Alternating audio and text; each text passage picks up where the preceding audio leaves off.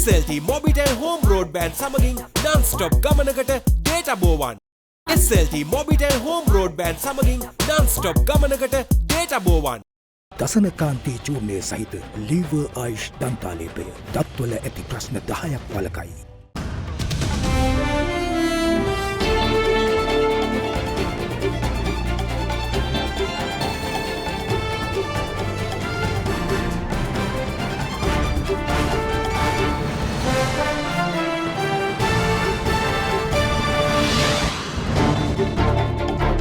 Tonight, bitter truth. Stabilizing the economy can only be done through IMF engagement, says President Ranil Wickremesinghe. Any medicine for recovery is bitter. Round 1. First round of talks with the President on all-party government successful, says the main opposition Samagi Janabalawege. Trouble in paradise. Malaysian authorities deport Sri Lankans duped into believing visit visas could be converted to work visas. On the low, a drop of 2.1% in Sri Lanka's official reserve assets from June to July. All this and much more coming up tonight on First at 9. This Friday, the 5th of August 2022. Vim Deera milliliter CA Smart Pack එක රුපියල් 85ට දැන් වෙළඳ පොලේ. From AdaDerana, this is AdaDerana First at 9. Good evening and welcome to AdaDerana 24's English News. I'm Andrew Bernard. Your top stories for tonight. President Ranil Wickremesinghe says the only way towards stabilizing the economy is to engage with the International Monetary Fund, whether Sri Lanka likes it or not. Addressing a conference titled Reform Now, the head of state said if members of parliament are not ready for a staff-level agreement with the IMF, then parliament must take respect for the consequences. President Wickremesinghe said Sri Lanka should aim for a highly competitive export-oriented economy by focusing on such sectors such as logistics, renewable energy and modernized agriculture. A conference organized by Advocata Institute on the theme Let's Reset Sri Lanka inaugurated this morning under the patronage of President Ranil Wickremesinghe. Delivering the keynote address, President Wickremesinghe explained Sri Lanka's path to economic recovery. The task first is for Sri Lanka to stabilize its economy. How do we do that?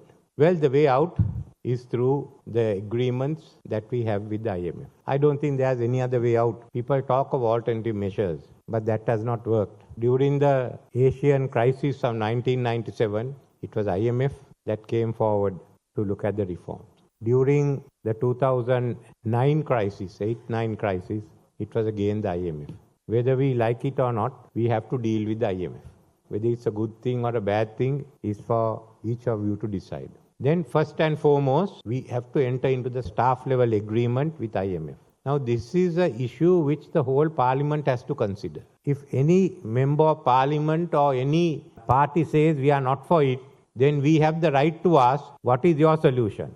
What is your alternative? Because all parties must abide by this agreement. When we are negotiating the IMF, one of the biggest issues that we have to face is government changes and the policies change. So the first issue is not the substance, but are we prepared to stand by to support this agreement? If you are not prepared, then the parliament must take the consequence. That is very clear. We can't say we are for half and not for the other half. You have to take the whole thing in full. Any medicine for recovery is bitter. You have to take injections. So we know the path we have to take. First, we have the staff level agreement. Secondly, and more important, is the sustainable debt. How are we to handle the sustainable debt? First, the foreign debt. And when you look at the official debt, are we getting caught into the geopolitics of the region, of Asia? That's the first issue. So until you come to an agreement among the official creditors, it is not possible to go to the London Club. It's certainly going to be a difficult time. I won't say no. The first 6 months will be difficult. But we all have to go through it. So how do we prepare ourselves? And in doing so, before we get on to the recovery, is the very important issue of the social, economic dimensions of the crisis. We've already seen the economic impact of the shortage of fuel and inflation in this country. Impact which came on to the political scene and the social scene. It's only now that we are restoring or we are getting back to a stable system of government. We cannot have a second incident. I don't know whether we can stand that strain. We have to take a path that will give us a quick recovery. We can't go back to the old economy. We can't go back to that model. So we've been thinking in terms of a highly competitive export-oriented economy. How do we get there? First and foremost, the time that we are stabilizing also is the time for reform, to change the laws, to change the systems, to change the institutions. The 6 months to 1 year, I think till about July next year, we will have to go through a hard time. That's also the time for planning and the time for opening up. Let us look at new sectors. One I believe very much is logistics. If you see the growth of the Indian, Bangladeshi and the Pakistan economies, logistics can have a big role to play here in Colombo, in Hambantota and in Trincomalee. This is how we use our strategic position. Second is renewable energy. Look at the renewable energy we have in this country. Look at green hydrogen, green ammonia, the sale of power to India. I think we have to seriously consider, I don't know if the two members of parliament in front of me will agree, we have to seriously consider getting a report on the use of nuclear energy in Sri Lanka. More energy you have, more energy you can sell to India. At the same time, keep more renewable energy available here. We have to think out of the box. Some are going to criticize me for the idea I put forward. On whether we have to survive as a nation. We have to become a middle income economy and then to a high income economy. We must modernize agriculture. Otherwise, agriculture will not survive in our country. Modernize our fisheries. Look at niche markets. Look at the new technology in manufacturing, the fourth industrial revolution. And of course, it must be an economy that will mitigate climate change. That is essential. We need a social market economy today. Just as much as we must make money and make bigger profits, there must be more money available to people. The housing needs must be met in the next 15, 20 years. We have to meet them. Poverty should no longer be existent in the rural areas of Sri Lanka, or for that matter, the urban areas. We are a small country. We can go ahead. Remember, we are talking of a highly competitive economy. A highly competitive economy does not run on low wages. A highly competitive economy runs on high wages and a high productivity. Both those are necessary. Without those, we can't go ahead. Then we come to another issue of trade integration in the region. Unfortunately, I don't think you will see trade integration in the South Asian region. No. There will have to be bilateral agreements with whoever we want. There's too much of politics involved for there to be a regional trade agreement in South Asia. So we can keep that aside. We have to look at the ASEAN and the RCEP. That's a growing market. It's a big market and the income levels are much higher. So let's look at it. Later on, you can look at Africa, East Africa especially. We must keep our economic relationships with Europe. And we have a UK that is looking for a role as a global Britain. So I think Sri Lanka can easily get closer and have a better relationship with UK. And then we get on to the US itself. US economy is also undergoing changes and I think that will benefit us. But we have to remember one thing. Remember, the global situation next year is not going to be favorable to anyone. Let's hope 2024 will be better. But we have to get through all this. So all I can say to you is, are you ready to take up the challenge? Are you ready to influence other people to take up the challenge? Or are you going to sit back? Now, General Secretary of the Samagi Janabalawege, Ranjit Madhuma Bandara, says the party successfully concluded their first round of discussions with President Ranil Wickremesinghe on the formation of an all-party government at the Presidential Secretariat today. They are to meet President Ranil Wickremesinghe again on the 9th of August. On Wednesday, opposition leader Sajith Premadasa wrote to President Ranil Wickremesinghe accepting the president's invitation for discussions on the formation of an all-party government and constitutional reforms to be made. Parliamentarians of the Samagi Janabalawege today arrived at the Presidential Secretariat around 3 p.m.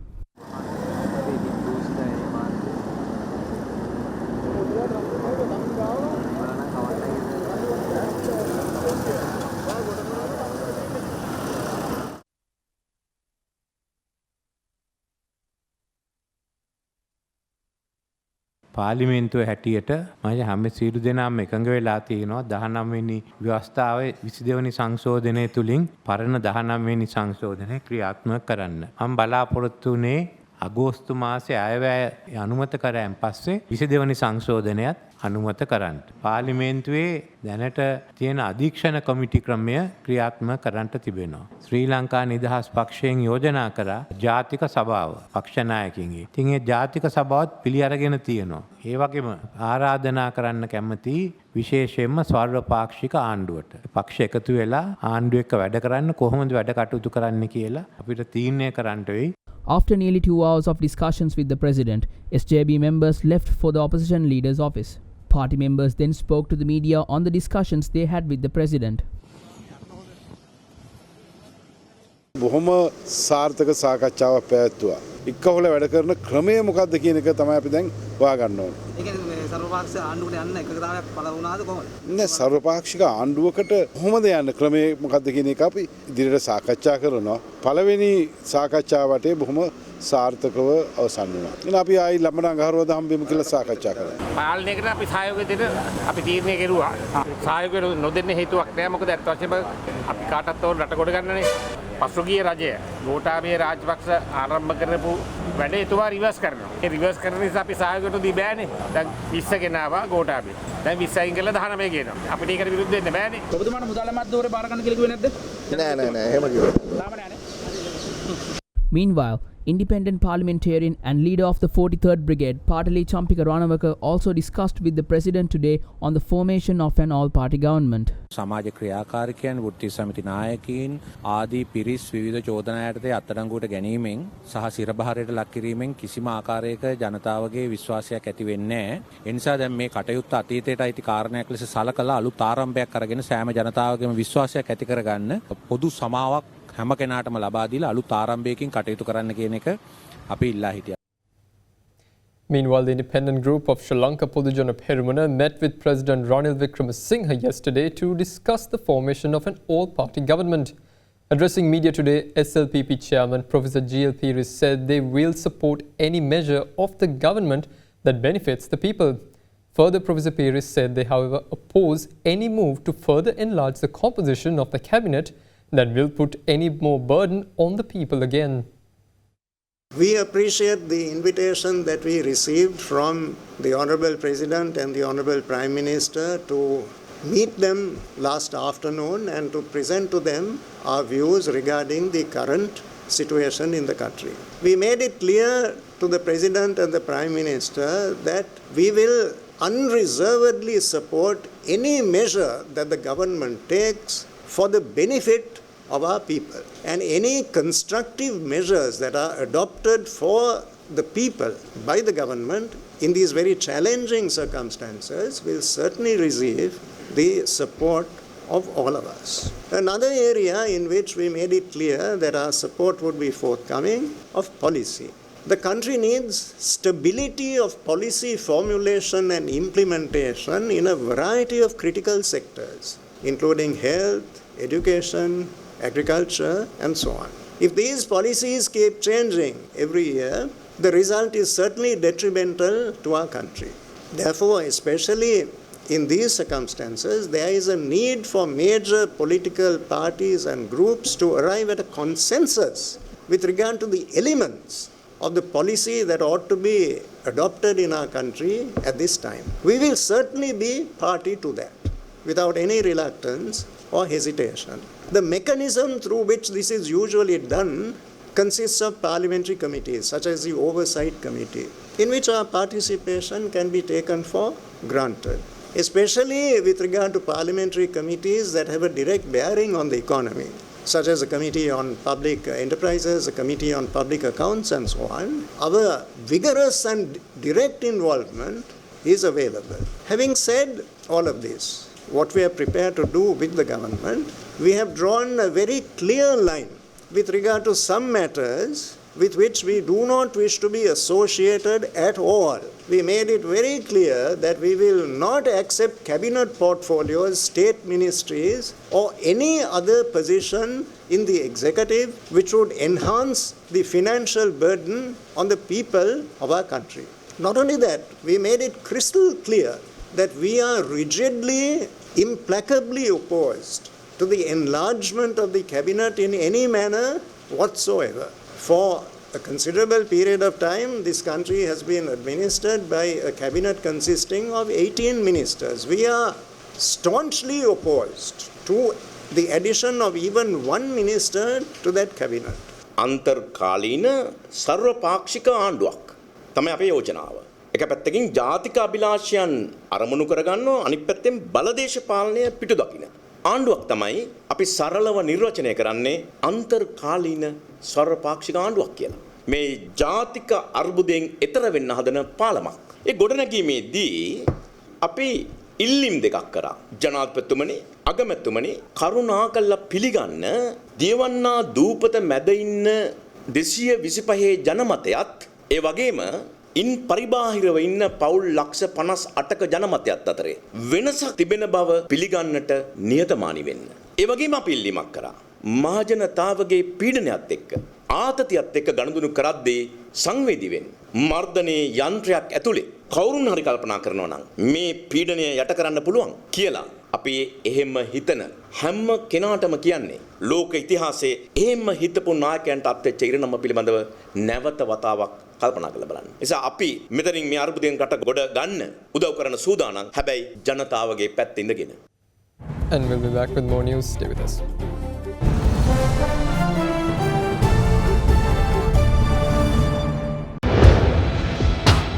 Big 3.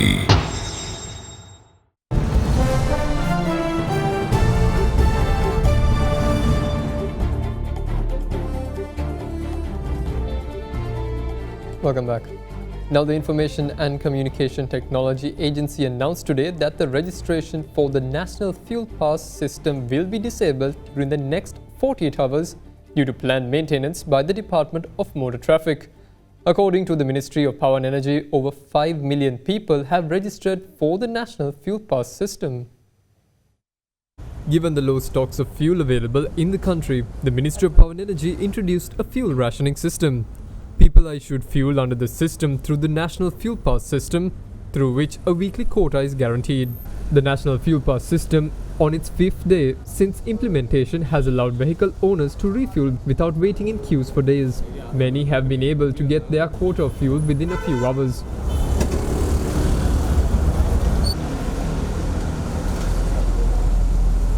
According to the ministry, 14.5 million litres of petrol and 7 million litres of diesel have been issued to the general public through the QR code system so far. It also stated that 5.4 million vehicles have been registered for the National Fuel Pass system so far. However, the Information Communication Technology Agency announced that new registration for the National Fuel Pass system will be disabled during the next 48 hours due to planned maintenance by the Department of Motor Traffic. In the meantime, the Supreme Court stated that fuel distribution via the Sri Lanka Transport Board must be made efficient. The Supreme Court made these remarks today after taking up 2 fundamental rights petitions filed by the Bar Association of Sri Lanka, requesting the government to issue an order to prepare a long-term and short-term program for the continuous provision of essential services to the people. Appearing on behalf of the Bar Association, President's Councils Udita Igalaheva and Surenyana Raja pointed out to the court that the fuel distribution through the SLTB needs to be made efficient. The attorneys have also pointed out that fuel distribution to farmers, industrialists and factories would be made regular if it is done through a committee consisting of the district secretary instead of issuing via the SLTB. The Supreme Court then informed the Additional Solicitor General of the government to pay attention to the concerns and order the BSL to file an affidavit with the court containing further proposals to resolve the crisis. In the meantime, Minister Kanchana Wijesekara said that he met with the mission director and team from the US Agency for International Development this morning. During the meeting, energy sector requirements, reforms, renewable energy, electric vehicles, technical assistance and management of resources were taken up for discussion. The minister said that he looked forward to working with the USAID to meet energy sector requirements. Now, daily commuters were severely inconvenienced today after private bus drivers went into strike action from last night in protest against the recent downward revision of bus fares. However, the private buses resumed operations this evening. Private bus drivers and conductors withdrew from their services last night after the National Transport Commission announced a revision in bus fares. Yesterday, the NTC announced that bus fares would be revised down by 11.14%. As such, the minimum bus fare, which was at 38 rupees, has been revised to 34 rupees. Due to the strike since last night, many commuters were inconvenienced this morning with a shortage of buses.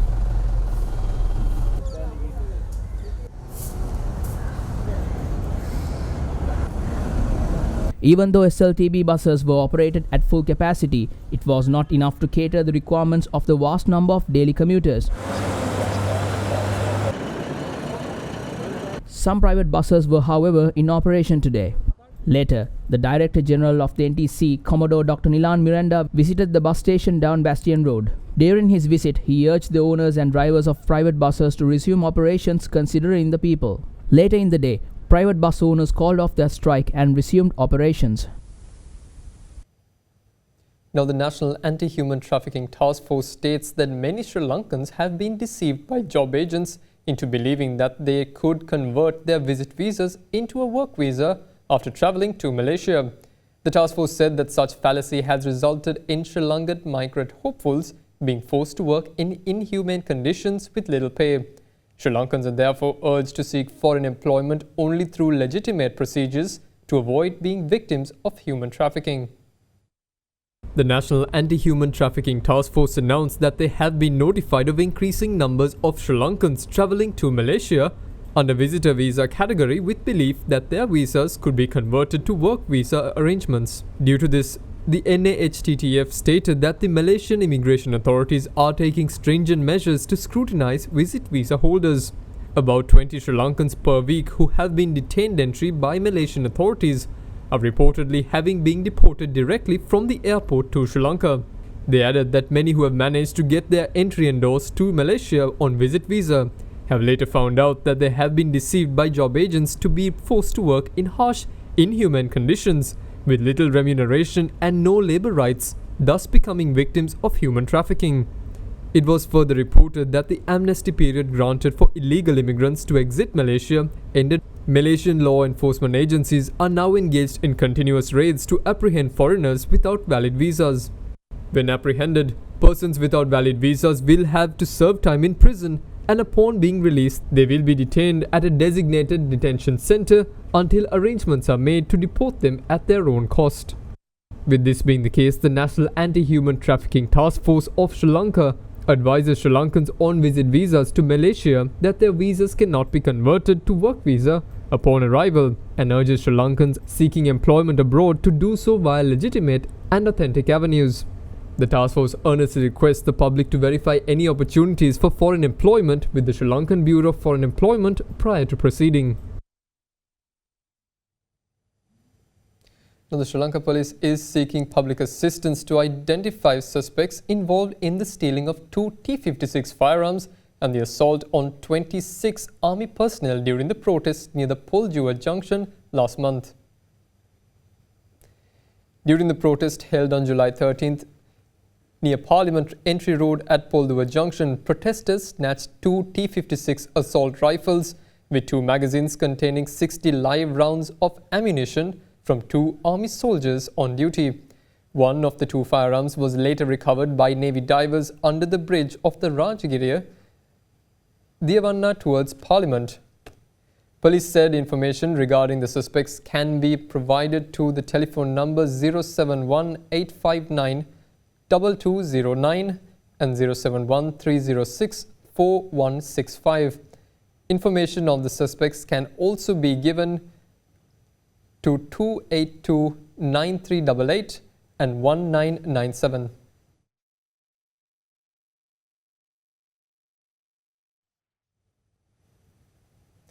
Now, an Australian vessel belonging to its border force carrying 46 illegal immigrants from Sri Lanka arrived at the port of Colombo this morning. The group of illegal immigrants from Sri Lanka was held by the Australian Border Force on the 21st of July at Australia's maritime border while they were attempting to illegally migrate to Australia set by sea.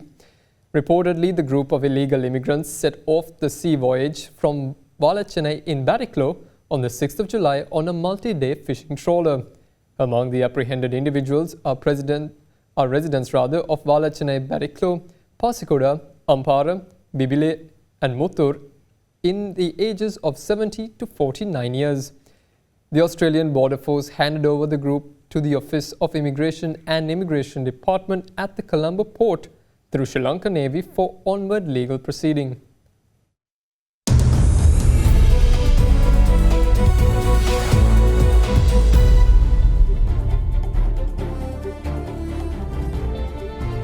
Welcome back.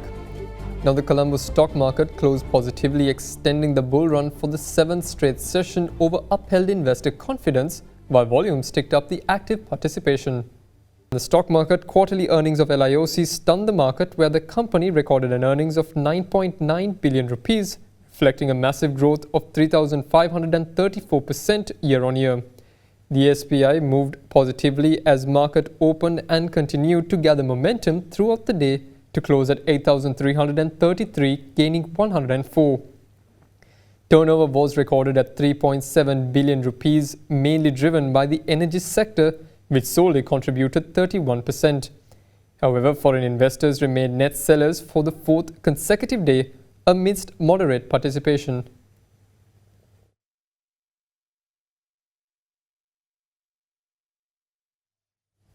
Now, in the meantime, the Central Bank of Sri Lanka says that the official reserve assets of Sri Lanka at the end of July have been estimated at $1,815 million. According to the CBSL, by the end of June, the country's gross official reserves stood at 1,854 million. Accordingly, the drop in official reserve assets from June to July recorded 2.1%. This includes a swap facility from the People's Republic of China equivalent to approximately $1.5 billion, which is subject to the conditionality on usability. That's all the news we have for you on First at 9. Have a pleasant evening. Good night.